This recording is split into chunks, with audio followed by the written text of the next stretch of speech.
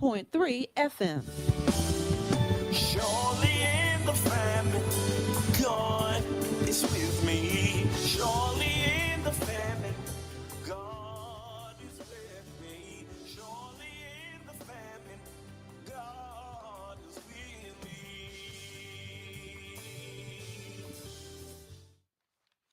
And we're back in this our final segment for today. Real talk for real men. We're on Awesome Radio, and we're also on Facebook under Awesome Radio. And we thank you for tuning in. Um, Let us continue. We've been talking about. I guess if we wanted to put a topic on what we talked about, so far, I guess we have to say that. We're talking about living a good life in an evil world, making a good life for yourself in this evil world. Despite all the things. Yeah, Despite yeah, them. despite everything, and it's possible because of the power of God. It's possible to live a good life in this bad world, just like. It's also possible for us to live a holy life in a body that wants to do bad. Mm, It's kind of like a parallel there, that's good. because God gives us His Spirit, and His Spirit dwells in us. So now we have a spiritual option that is more powerful than the pull of our flesh. Mm, And when we get up every morning to go forth in our lives, if we choose to follow the Spirit, as the scripture says, walk in the Spirit, and you won't fulfill the lusts of the flesh. And just like you have that spiritual option personally, there's also the Spirit of God moving in the earth. And those who get with the move of the Spirit of God can have a good, godly life. The Greek word for it is Zoe, the God kind of life, even though we live in this evil world. That's amazing. it is. It is. And that's why when you read what David talks about in Psalm 37, fret not. Yeah. Do not fret because of evildoers, nor be envious of the workers of iniquity. Can I ask you a question? Can I make a point right there? Mm-hmm. Why would anybody be envious of the workers of iniquity? But you see, David is addressing that because obviously there are some people that see what evil people do. I mean, you can see a bank robber and see the money that they get away with, and you can be envious of that. Oh my, I should be a bank robber. Well, but see, He's telling you, don't be envious of that because it's not going to end well. well, and like I always say, this is the old man David. Yeah, yeah, You know what I'm saying? Because down in there, 25, he's like, I was young, but now I'm old. yeah. You know what I'm saying? So this old man done seen some things. He's seen some stuff, experienced some stuff. But that second verse says, for they shall be cut down. There you go. They shall soon be cut down like the grass and wither like the green herb. And the thing you said, why would somebody? I remember being young in New York, being a teenager. Uh-huh. And you see the guys on the corner, the guys with the big car and the knot, and you don't have nothing, and you're looking at it as a way to be. Uh-huh. You know what I'm saying? And people don't think, that you're a model because kids are looking at you. Yeah, that's right. Young folks are looking at you. That's why Charles Barkley, when he said that, he didn't know what he's talking about. I don't know, yeah, you are, even though you don't want to be. Yeah. You know what I'm saying? So, yeah, people see that and it ain't just kids. You the grown folk working hard, and then you see a guy that ain't working hard, and he got a whole lot, and how he get that? You know what I'm saying? Yeah. And that's where the fretting comes in. That's where the word, man, I should have that. That's right. You know what I'm saying? And so Yeah, it's temptation. Yeah, one of the things that I've learned is that there are many paths in life. But before you choose one, before you step into any path, look as far down that path as you could possibly see. Because just because it looks good when you start, you need to see how this path ends. It's hard. It I is. think that's a hard thing because where you are in the moment, a lot of times people make decisions because of where they are In in the the moment. moment, Yeah. and they can't see down the road. Gotta look. You gotta look. I And you know gotta look I agree hard. with you, You gotta look but hard. a lot of decisions are made in the moment. I was telling somebody, and this was just the situation was where it was. We was at a restaurant, and my brother got, and I'm gonna do this because the way people were treating him, and he was right, they were wrong, and he wanted to make a move. Uh-huh. I'm gonna call the manager, and and he had to do that to me a couple of weeks before that. But my point was, while you're angry, is not the time to make that decision. That's right. That's right. Calm down before you make a decision. As a matter of And fact, any kind of emotion, you got to be careful making decisions when you're in the midst of emotion. You know. that's right. And that was the point. And so a lot of times people make decisions in their emotional state. Yeah. I don't have nothing right now. I need something. I'm hungry. I'm this. I'm that. And you make the wrong decision. And people play on those emotions. People see you Yeah. when you're in need. They come at you with, Yeah.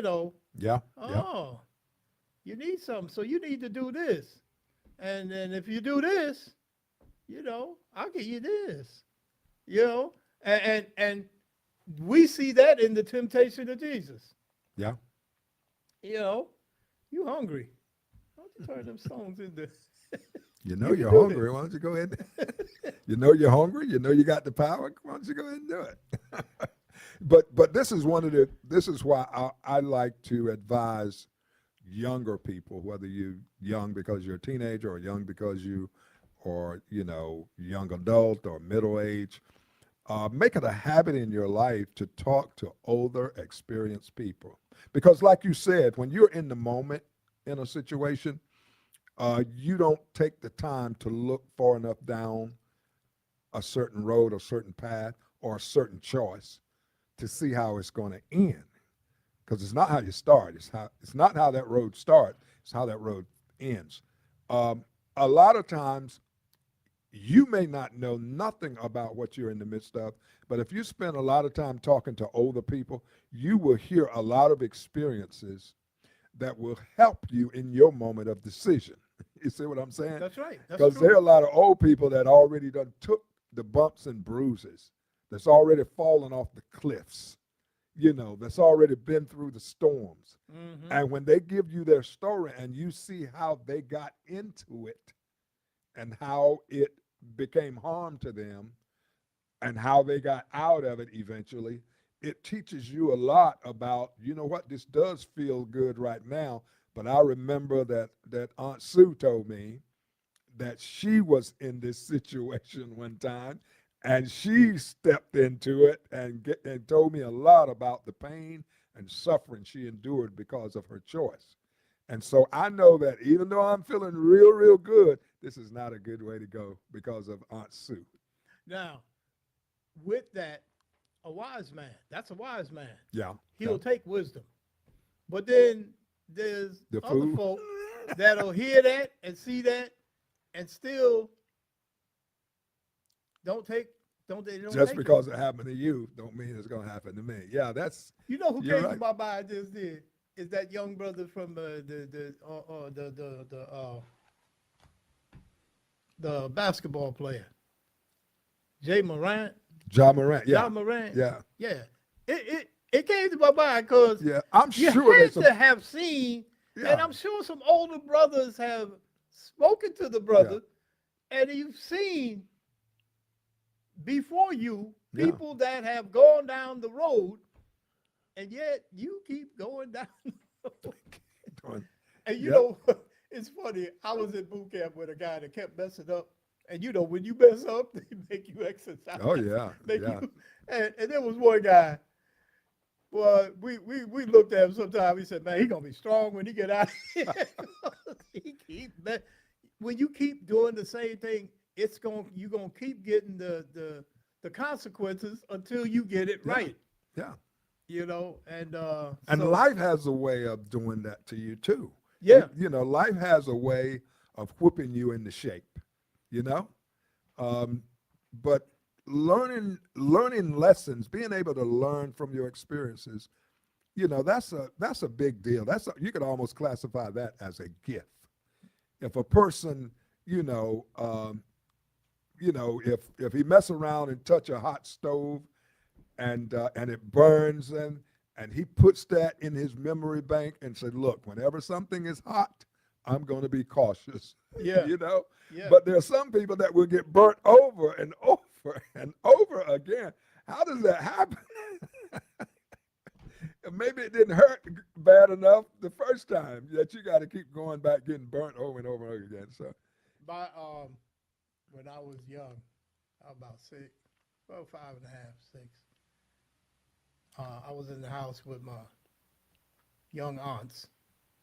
They were just about to graduate high school, and my middle aunt, she's something else. I love her to death today. But I remember one day, and my grandmother was in there too, and they were ironing something, and she had plugged the iron up, and she told me, "Put your hand on it and see if it's hot." I'm trusting. yeah. And see, that's that. And That's then I that. did it. And my grandma said, y'all oughtn't do that. But she was laughing too. She wasn't laughing out loud, but I know she Yeah, was. you she want your was- kids to learn, but I don't know if that's the best I method. know, but they were young too. You know what I'm saying? yeah, And I said, Lord, that's and I wild right took there. my hand. I said, but I know not to do that. But it's like we do that in life. We touch the iron. Yeah, You know what I'm saying? I know it happened to them, like you said. yeah, But not One- me. one of- I can get away with it. yeah, Okay. yeah. Well, see, one of the things that when I look back over my life, when I was a young adult, just got married, I was in a situation. I'm married, and got a household I'm responsible for, and I needed some money. And I went to a finance company. When I saw the interest rate, that was a check. Wait a minute, that is too high. That's 20 some percent interest. But I needed the money. When you're in the moment and you need what you need, and that $500 would have got me out of my situation. See, I wasn't looking down far enough to realize that, yeah, but it's going to get you into another situation. But when I got through paying for that, and I looked at what I borrowed versus what I paid, I repaid more than twice the amount that I borrowed. And that thing got to me. I mean, here I am. I graduated in finance. How could I be doing something that's silly? Ain't that something? But the reason finance companies make so much money is because people see finance companies as a quick fix, and they never sat down long enough and think about it long enough to say, you know what, there could be a better way. That's And right. one day I did that. I sat down and I said, there's got to be a better way. And I went to a bank, and because when it comes to credit, it can be complicated. Because even if you sometimes you don't have no credit. Sometimes you have credit, but it's bad credit. Sometimes you have not enough resources for anybody to believe in you. But I went to a bank one time and I told them, I said, look, I'm a Christian. I pay God 10% of my money for tithes. But when I borrow money from a finance company, I'm paying all this. I said, is there a possibility that I could borrow money and not pay no more than I'm paying God, 10%? And he said, yeah. He said, and he told me the criteria, the things that go into that equation.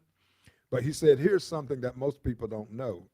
For instance, if you go to a car lot and you want to buy a car, they're going to charge you a lot of interest because they make interest on the car and on the car they make interest on the loan and they make interest on the car. But if you go to a dealer and you get what's called dealer financing, if you could talk them into giving you dealer financing, whereby the car lot will agree to take the car back if you don't make the payments. That way the bank don't lose nothing. Then you might could get 10% or less. And this was back when interest rates were kind of high during those Reagan years when things got jacked up. But he taught me that and showed me how to do it. And I made it a commitment to never pay high interest again. I always try to keep interest under 10%. I don't care what kind of loan it is. Keep it under 10%. Don't pay people back that much money. Right. You know, That's but a good. lot of people, but they keep making money off people who never even take the time to even think about it. So I hope there's somebody listening to this that might, sit down and consider, I'm going to stop using finance companies. Banks are there. They got a lot of money, and you might not think you qualify, but there is a way you can qualify. Why don't you go talk to them and find out how you can qualify? That's right. Find out how. And it may take you some time to get to that. Yeah. But at least don't just keep going back into a deep hole, At least try. That's good. That's good. That's wise information. Yeah. You want to. And people go to get to that in the moment, and that's where It's a quick fix. that's why this situation is pushing people into that. Yeah. It's pushing people into that, and I'm glad these folks are talking about healthcare, because that's a big deal. That's huge, man. That's huge, and the people go bankrupt Yeah. because of the health they can't afford. Yeah. And these people are just cutting out everything for folks that, and they're not. It's not like these are folks that, I hate when I hear this thing about able-bodied men that are getting benefits that can work, and y'all must be out of your mind. Most of the people that get SNAP and all that stuff are working folk. Yeah. Most of the people that are dealing with these healthcare issues are working people. Yeah. People that they call them the working poor. You know what I'm saying? But these folks are folks already working. Yeah, and I don't understand why. Well, I guess I do understand too, because you got people in charge that don't live this. No, they never lived it. Never lived it. And guy talking about groceries that's never been in a grocery store. Yeah, most of the people that are in Congress leading our country are people that have had generational wealth. And it may not it may not even be millions and millions. But to a poor man, if you've always been a household where the income was $200,000, that ain't millions, but that's still a big number to the poor man. And these are people that are making decisions for people without health care, yet they got health care. That's right. That's right. They're gonna always, if it ever come on the table about their health care, you can be guaranteed that they're gonna be 100% leaning in to making sure they keep theirs. Everybody's gonna be voting to keep theirs. But when it comes to, the little fellow out there, the one that if we go to war, these are the people that you call on to go fight your wars, because those generational wealth folk, they don't go. Typically, they don't go. So, but. And we just passed Veterans Day. I was going to say something, but I'm not going to say it. I'm going to be nice towards the end of the show, yeah. Yeah, we right to the. It's fascinating. You brought up, that's a big deal, man. Oh, yeah. And then especially when you consider how when they come back, they have such a hard time struggling to get the things that were promised to them.